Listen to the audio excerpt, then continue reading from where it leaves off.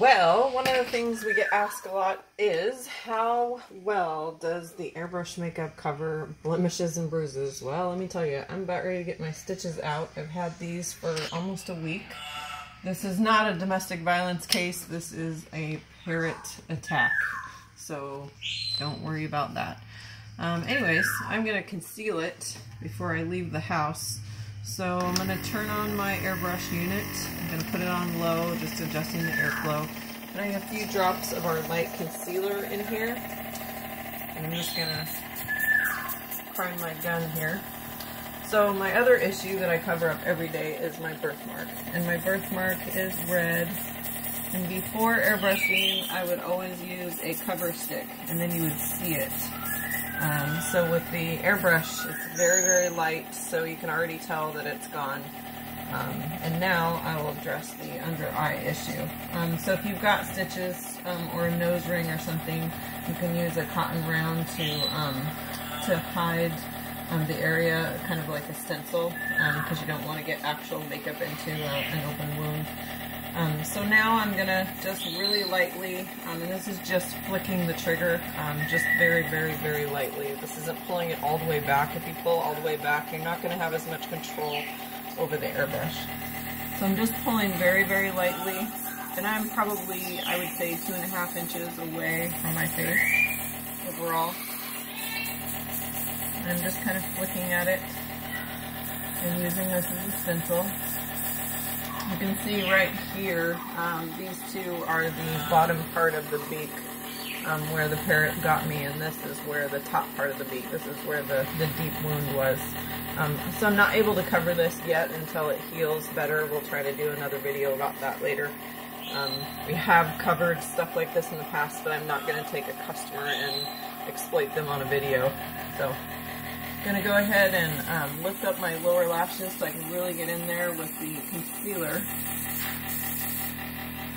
And you can already tell it's mostly covered.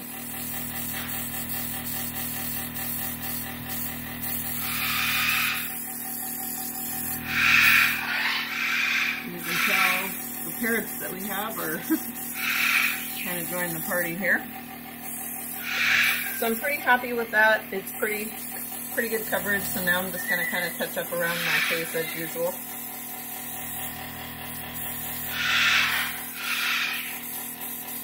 And once I get the stitches out, I'll be able to cover that darker area where the stitches are.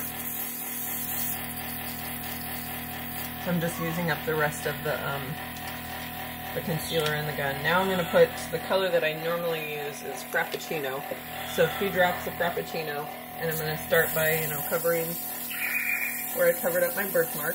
You can tell I've been doing that for a long time because it's very quick for me. This one is a new issue that I've been covering up, so this one does take me a little bit of time to practice with.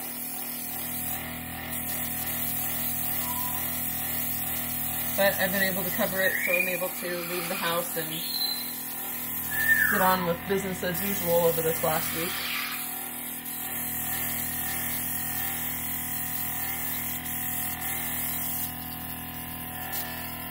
So that was Frappuccino, and now I'm going to use a little bit of light bronzer.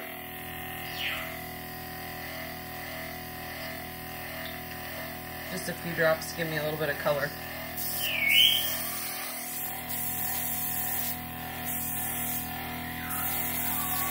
If you want to do a lot of contouring, you can make a fish face and do a little contouring underneath the cheekbone area.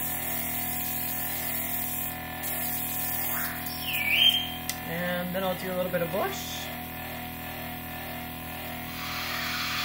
So 2 drops is all you need. 1 drop is not enough to go through the gun. 2 drops is all you need. And you can see that I've got the blush color coming out.